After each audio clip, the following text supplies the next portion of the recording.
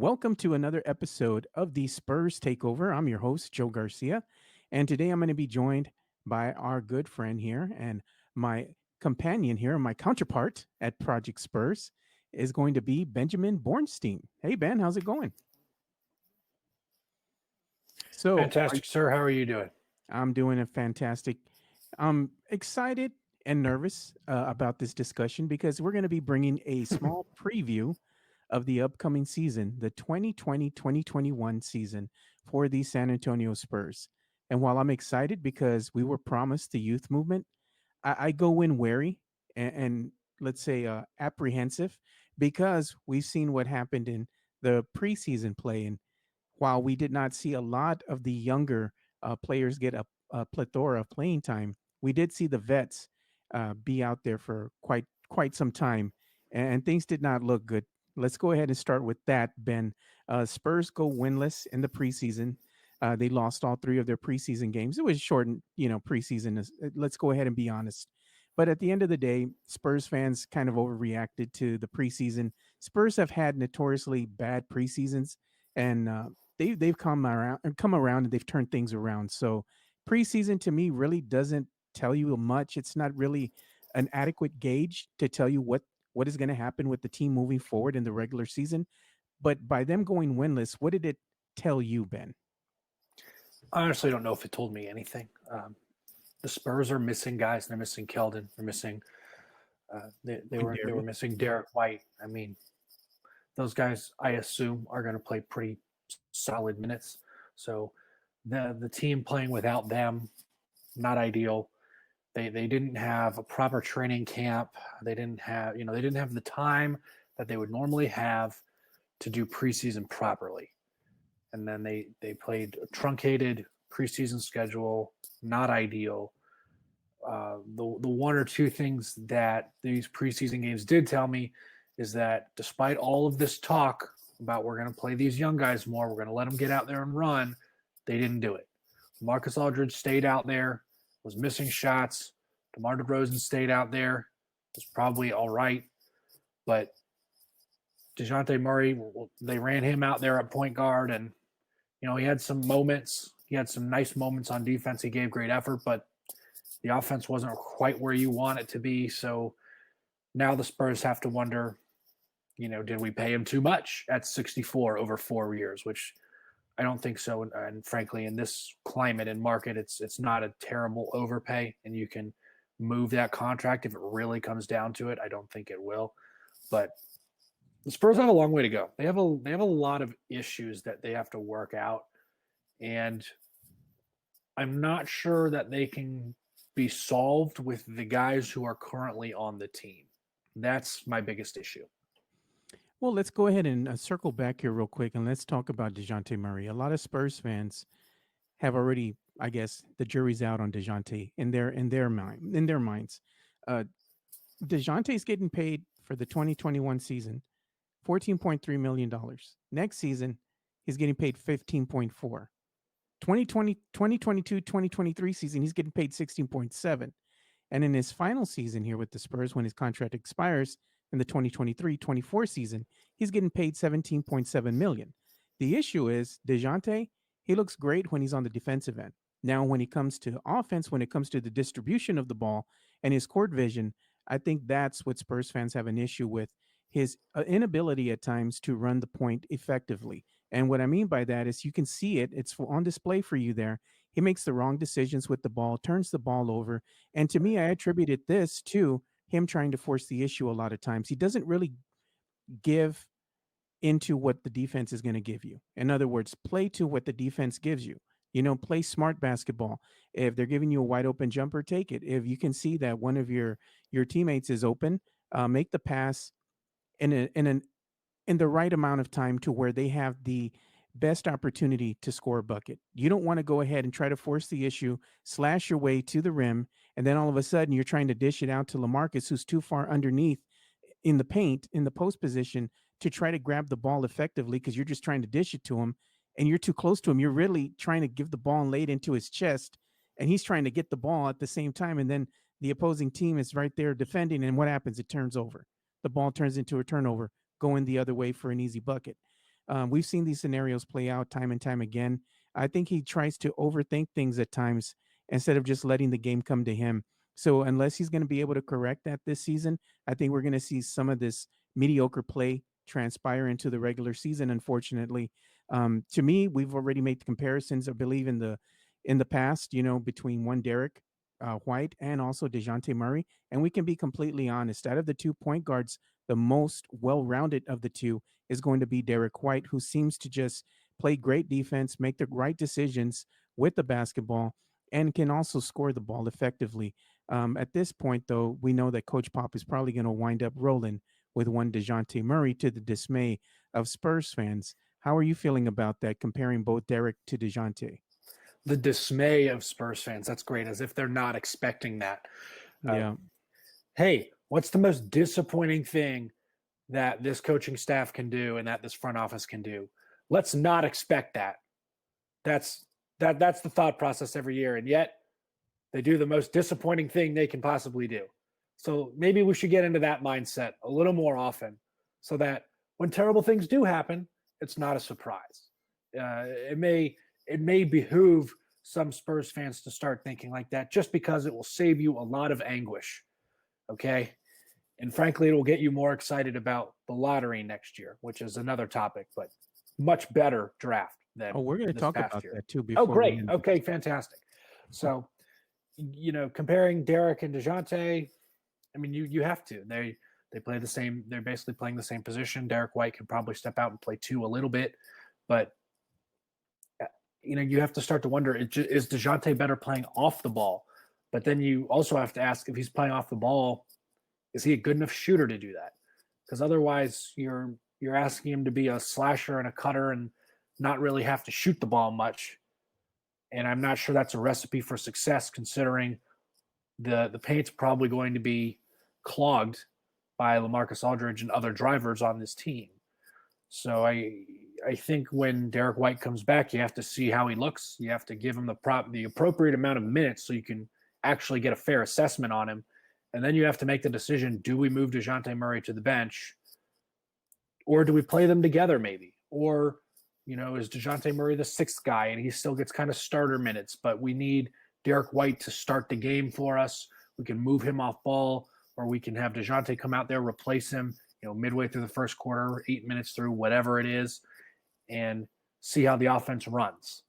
I like that idea though, Ben. I got to tell you, moving Derek to the point guard position and moving DeJounte to more of a shooting guard position, I think would be more beneficial to DeJounte, because then that means the ball gets out of his hands. He doesn't have to make those crucial decisions, and he can do what he does best, and that's going to be slashing to the rim, trying to make a mid-range jumper, and he can shoot the three here and there, but his strong points are he can create his own shot. So if you get him in the right positions at the right time, maybe set a screen or a pick for him, I think he can be more effective in that situation versus trying to distribute the ball and then look for his shot second.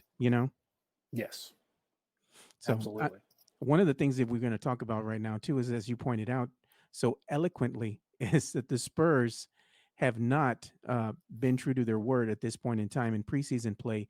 We have not really seen a lot of the younger players get those minutes that they need, as it was promised by one Coach Pop and some of the coaching staff during some of the interviews that we've seen with the media here in San Antonio.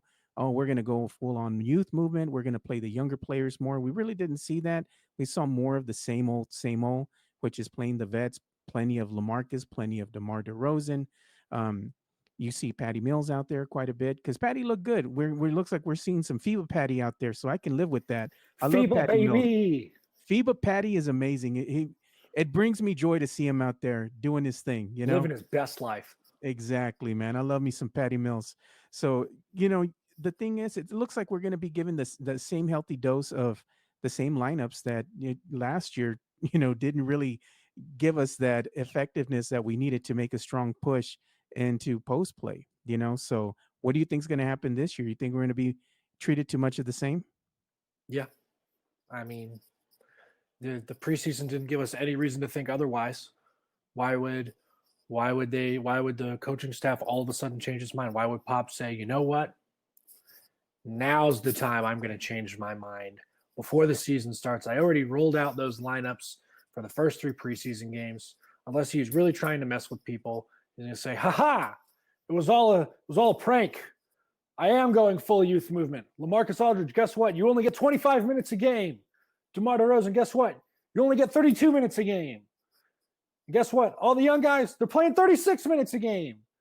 I'm sure my math is off. I don't do math anymore, but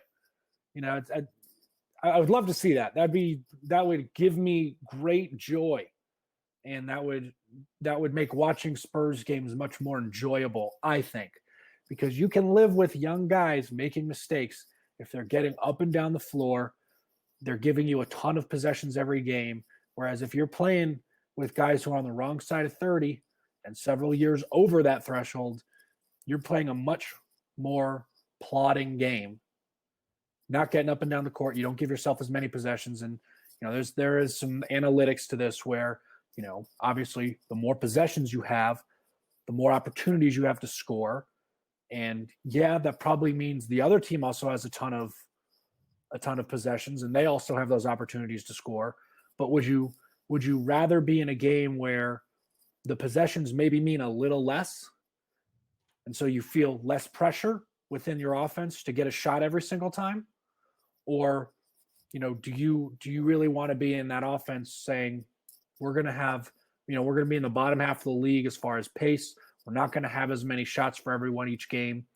And, every shot really does matter. We have to value the ball. Granted, you should value the ball anyway, but, every possession or every turnover rather becomes much more magnified. So for me, it's always been get up and down the court, try and get as many shots up as possible. Yeah, there's going to be mistakes. But again, if you are honest with yourself and you're honest with the fans and saying that, yes, we're going to have a youth movement, then you live with that. You don't expect to make the playoffs this year anyway. And a lot of other people don't expect you to make the playoffs this year anyway. This isn't the year to try and go out there and prove people wrong for your pride. Okay, this is the year. I'm not saying go out and full on tank. I'm not saying that at all. But this is absolutely the year where you go out there and you say, you know what, if we happen to lose some games because we played the young guys too many minutes, so be it. They're going to learn a lesson. They're going to grow from this, and it's going to help us next season when hopefully we can bring in some veteran free agents to help us, and we bring in a lottery pick who's probably going to be very ready to play immediately. Possibly a franchise changing lottery pick. Depending on what pick the Spurs get, sure. Exactly. And the thing is, with this upcoming NBA draft, there's a lot of great players in this draft. This draft is stacked. So let's say, for example, the Spurs are projected to win anywhere from 32 to 35 wins this upcoming season. That's good enough for at least a top 10 or, maybe an 11th or 12th pick again. If you are in the top 10 or even 11 or 12, you can still get a good quality player in this year's draft class. And the draft class is that stacked. Even in the later rounds of the draft, there's still going to be some quality players that are going to be available. It's much deeper. You're going to have guys who can play immediately within the entire lottery, I believe. And there's probably some guys in the 20s and later who will get opportunities to play immediately as well. That's just how deep this draft goes. And this past year's draft, of course, we haven't seen anybody play, so we don't really know how good or bad it is. But the perception was not a very good class. There were really maybe 3 or 4 prime players in this draft, but they weren't really franchise. They weren't franchise changing guys. Yeah. And so, that remains to be seen. I will say this: LaMelo Ball has looked great in preseason. I hate saying that. I do not like the Ball family. Absolutely. I know you're a fan of his new grill. I know you like his grill. No, I do not. Paul Wall is the only man who should be wearing a grill. Everybody else can stop. It's unnecessary, and you know this. But there's and Anthony Edwards has had a solid preseason too. So I mean, those guys could turn out to be much better than we thought. Will they? Don't know. Got to watch. So I'm looking forward to this season. I think Devin Vassell will have an opportunity to get some minutes here and there. He has looked very good in preseason. I know a lot of people are very happy with him, very happy with that pick now. And it's very clear why. He has done just about everything that you want out of a guy who's 6'7", long, and athletic. Let's talk about Devin Vassell for a minute because we had an off-topic conversation prior to us coming on and recording this episode of the Spurs Takeover, and that issue is if we go ahead and go with the history of the San Antonio Spurs, one being Coach Pop, and typically how Coach Pop doesn't play a lot of rookies. What could that mean moving forward for one Devin Vassell who has looked good in preseason play? To me, it just seems like he looks good in preseason play, but when we get into the preseason, is Coach Pop going to follow his history and just have Devin Vassell delegated to the bench, limited minutes, no matter how great he is out there on the court in those limited minutes? And Spurs fans are going to be upset. They're going to be scratching their heads and wondering, why are we not playing Devin Vassell, who looked amazing in preseason? I think that's the scenario that could be played out this upcoming season. Ben, what are your thoughts? You're absolutely right. That is absolutely a scenario that could happen, and it would be a sad scenario. But also, there are guys ahead of Vassell in the hierarchy of things. Keldon, Derek, and people really want to see if Luka Shamanic is the guy we were promised. Luka or bust. I mean, some people are already getting angry on Twitter and calling him a bust, which is not fair at all. He's barely been in the league. People just got to relax. That's the problem. Everybody wants the next Messiah to come out. He was picked 19th. Okay. Yeah. How many great players are in that range? There are very few guys you think of when you think of, okay, in the 20s, who was a great 20th pick or a 19th pick. You can't think of guys that come to mind immediately. Yeah. So again, just patience, please. Just be patient. And, if we get deep enough into the season, I'd say 10 games. If we get 10 games in, and Popovich is still using his old and tired rotations, then yeah, we got problems. Spurs have problems, and they got to take a serious look in the mirror, and they got to wonder to themselves, what are we doing? What are we doing with these lineups, with these rotations? How can we change it? And how can we become more efficient? How can we compete? Yeah, one of those things that's been atrocious in preseason play, and I think it's going to be a scenario that's going to play out in the upcoming season, is Spurs fans, brace yourself, but the Spurs three-point shooting is going to be atrocious this season. As we saw in preseason play, LaMarcus Aldridge, his shot does not look good at all from beyond the arc.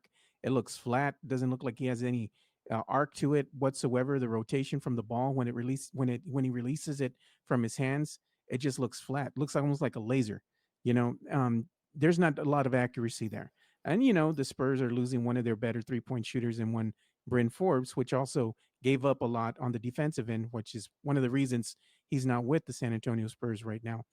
So in going with this full-on youth movement or moving away from what worked, we're left with this scenario where we could not, realistically, we're looking at not being a very good three-point shooting team. They're taking a lot of threes, and we've seen that with the stat lines that are given up any on any given night in preseason play.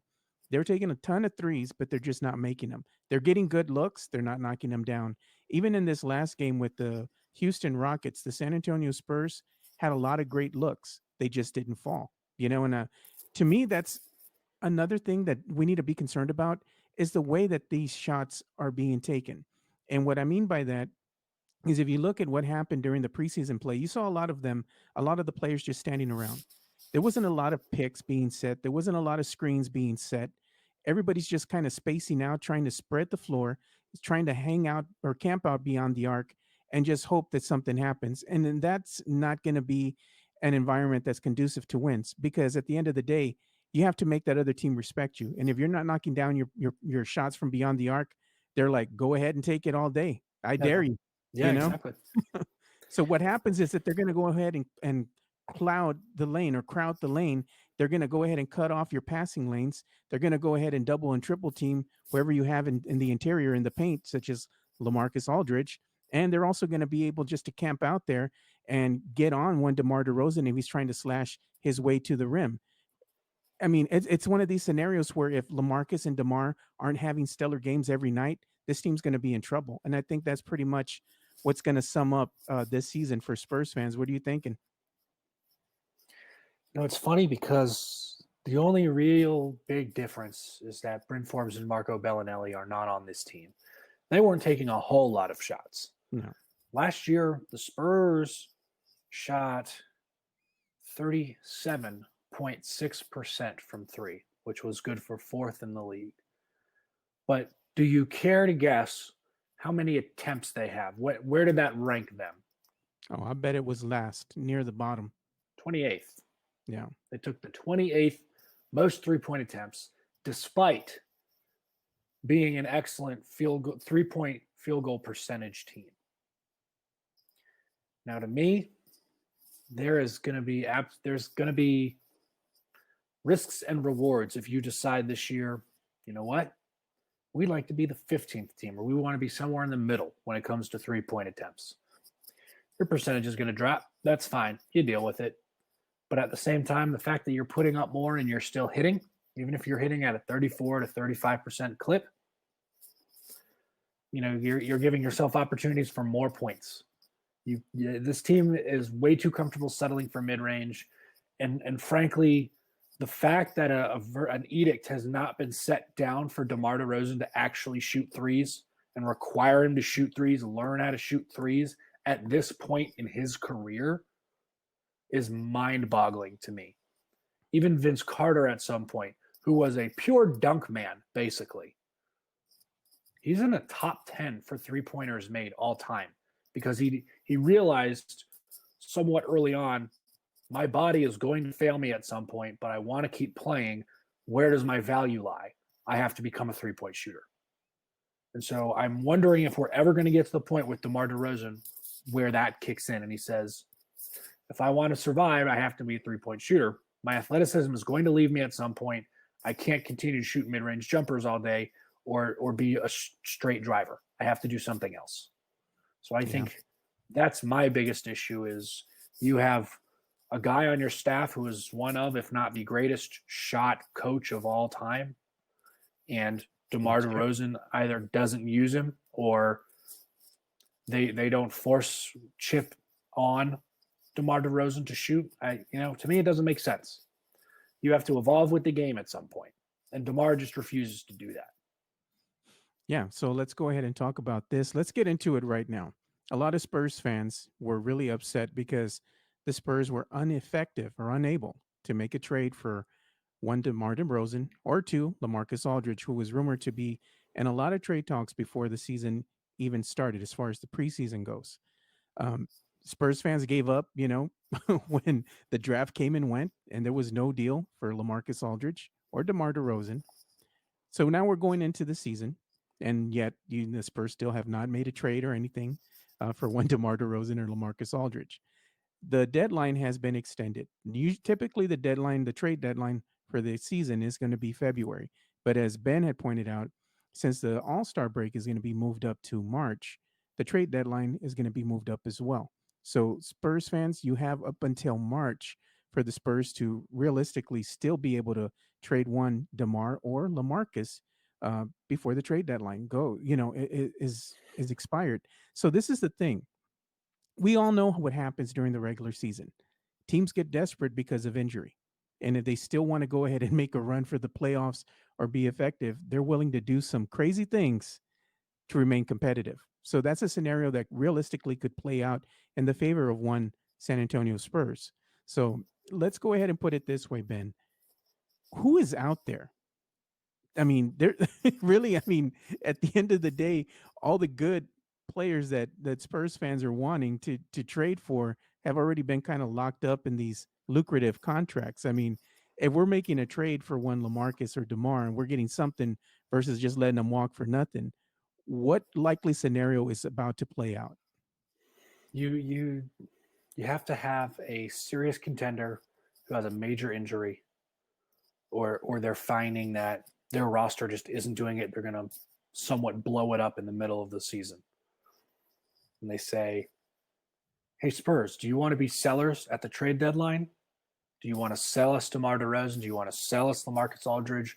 We can use, and of course, it depends on an injury. It depends on what part of their roster isn't showing up. But, either, we need a guy who can go and create his own shot or can drive for us and find other guys. Or, we need a low post presence or, a big man who can step out a little bit and shoot it.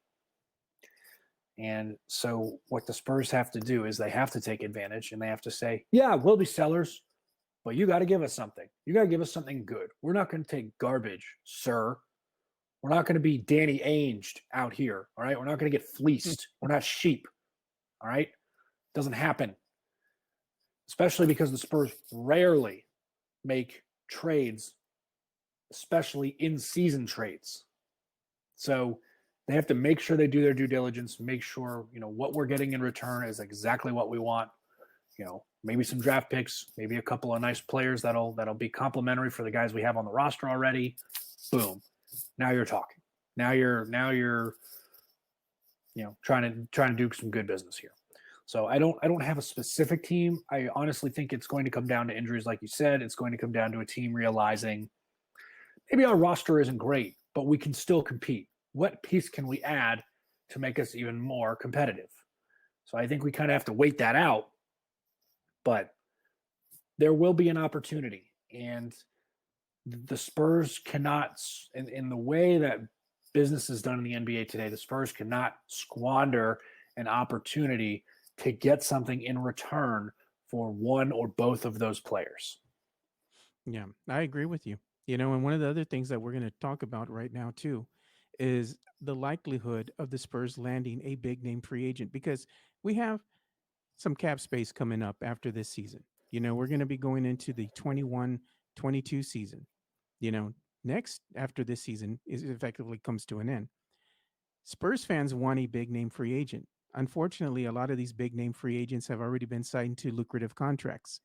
Realistically, Ben, the likely scenario that can occur and most likely will occur is that the San Antonio Spurs aren't going to be going after a big name free agent. What they're going to go after is they're going to go after some role players. And you were naming some great players, and I'd like you to go ahead and let Spurs fans know who would be available as far as those role players are concerned. So some guys who might be available at a pretty decent price. And some of them have player options, some of them have club options. So we have to take some of this with a grain of salt. But Montrezl Harrell will be available. He has a player option next year. So if he thinks he can't get a better deal than his basically $9.5 million, he may opt out or he may opt in and stay there with the Lakers. But if he feels he can get paid more by someone else, maybe the Spurs, I'm sure he'd opt out and he'd try and make more money.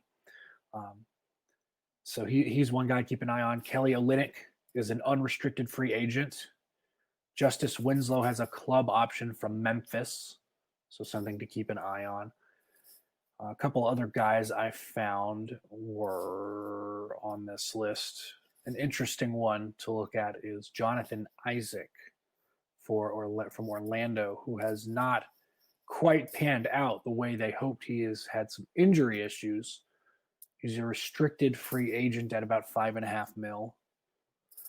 A guy that everybody wanted the Spurs to trade for this summer, Lauri Markkanen, will be a restricted free agent. Daniel Tice from Boston will be an unrestricted free agent. And if the Spurs really want to go strictly defense, Nerlens Noel will be available as well, unrestricted free agent. So there are certainly some names to consider. Enes Kanter, another one. And there are a couple guys on this list. They have club options, but they're probably going to get picked up by those teams. Zach Collins is an interesting name to me. I like him a lot. He is a restricted free agent next summer. So that would be something to keep an eye on as well. Well, there you have it. The likelihood of the Spurs signing a big name free agent, more than likely, let's be realistic, it probably will not happen. Because like we stated, all the big name free agents that Spurs fans have wanted are already signed to their respective clubs. So barring a trade, some type of outlandish trade, that's the only other scenario that can play out. We do have the draft that is going to be coming up. So the Spurs don't necessarily, like we stated, have to tank this season. They can start, trying with that youth movement, or that doesn't work. Just roll out the same tired lineups, and you're going to be likely to win 32 to 35 games. My prediction, and I'm going to be honest because I'm going to get your prediction as we start bringing this show to a close. The realistic scenario that we have here, Spurs fans, is expect more of the same that you saw last season. The roster has not changed uh, so much. It's almost the same roster, minus one, Bryn Forbes and Marco Beninelli. While we might get better on the defensive front, minus these two players, the offensive effectiveness of the team is going to be much to be desired from Spurs fans. While they might look good some nights, I believe that they're going to be inconsistent. And if Pop does roll out the young players here and there, you're going to have the likelihood of them going through growing pains. Your young players aren't going to get better overnight. They're only going to get better by playing real NBA minutes. And I'm like you, Ben. I would rather go full on youth movement this season and we lose a ton of games, but heck, it's going to look real. It's going to be a really exciting style of basketball. Watching these small ball lineups go out there, run the court, and just deliver some amazing plays that Spurs fans will get excited for. Unfortunately, that might not translate into wins. So I'm going to call it right now and say Coach Pop is going to run the same lineups, same vets out there, and we're more than likely going to either win 32 or 33 games this upcoming season and find ourselves in the NBA draft again. What are your predictions? I was going to say if these lineups persist, if you got old man LaMarcus and DeMar DeRozan running out there for too many minutes a game, I'd go even lower. I'd say 30 wins in a 72 game season. 30 wins. You're win under 500. You miss the playoffs. You get a lottery pick. Just do something right with the lottery pick, please. That's all I ask. It shouldn't be hard in this year's draft. There are a lot of guys that are going to be hard to miss. Even if you end up with kind of a terrible pick, and relative to the rest of the lottery, a 12 or 13 somehow, then there's still guys who are going to be good. You're just going to have some choices made for you already, and that's fine. And that's kind of what happened this year. Spurs had a lot of choices made for them. They thought maybe Isaac Okoro is going to be there. Cleveland reached at 5. Maybe Denny Avdia is going to be there. Washington got him at 9. So, may have another similar scenario to that, but I do not think first of all, there's too many good teams in the West, if we're being honest. There's too many good teams for the Spurs to even think about sniffing the playoffs. I mean, you have Denver, Utah, Houston, depending on what they do with James Harden if he gets moved in the middle of the season. Phoenix is going to be an improved team. Golden State should make the playoffs, even without Klay Thompson. They have other players. Don't forget, everybody. The Lakers are going to make the playoffs. The Clippers are going to make the playoffs. Memphis looked good. They might make the playoffs. Dallas will probably make the playoffs. I would say really the only teams guaranteed not to make the playoffs are Minnesota, San Antonio, and New Orleans. And even so, New Orleans almost did it last year. And this year they're going to have a full year of Zion. So they might be able to pull one out, but I don't know who they're stealing a spot from. Somebody's going to have to drop off. Again, the injury bug has a factor to play in that as well. So we'll see what happens this upcoming season. But I'm just like you, Ben. I think it's going to be a long season for Spurs fans. The only thing that we can be thankful for is that we are going to be watching NBA basketball once again. And the likelihood that could happen is I'm looking at the schedule right now. Spurs have opening day, December the 23rd at 7 p.m. against the Grizzlies. Then on the 26th, they have the Raptors. The 27th, they play the Pelicans. Then they play the Lakers on the 30th. Then on the 1st, they play the Lakers again, back to back. Oh. Then after that, they play the Utah Jazz on the 3rd of January. On the 5th of January, they play the Clippers. And then on the 7th of January, they play the Lakers. So they're playing the Lakers 3 times to start the season. That is a lot. That is a heck very of quickly. Exactly. And you know what? I'm going to be honest with you. All these teams that I just named, they're better than the Spurs on paper. Even the Pelicans. The Pelicans on paper have a more athletic team than the San Antonio Spurs do. What we could be looking at realistically here to start the season, Ben, is a start of 8-0. Meaning that we are not winning any games to start the season. Yes, 0-8, absolutely. 0-8, should I say? Yes, 0-8. I think that's a realistic scenario that could play out, and it would be something that Spurs fans are going to be really upset about. They're going to be calling for people's jobs. They're going to be calling for people to be traded. I mean, it's going to get ugly. It's There are going to going to be a get, lot of calls. yes, a lot of calls. I mean, what do you think? Do you think that that could actually be a realistic scenario that could play out? Us going 0-8? I mean, yeah, it's absolutely in the realm of possibility, but I also think the Spurs are gonna I mean they're gonna backdoor their way into a win or two somewhere in there. I just know it. There's no way that that they go 0-8 to start a season. That would be horrific. And honestly, if that did happen, there would be a lot of chatter about people losing jobs for sure.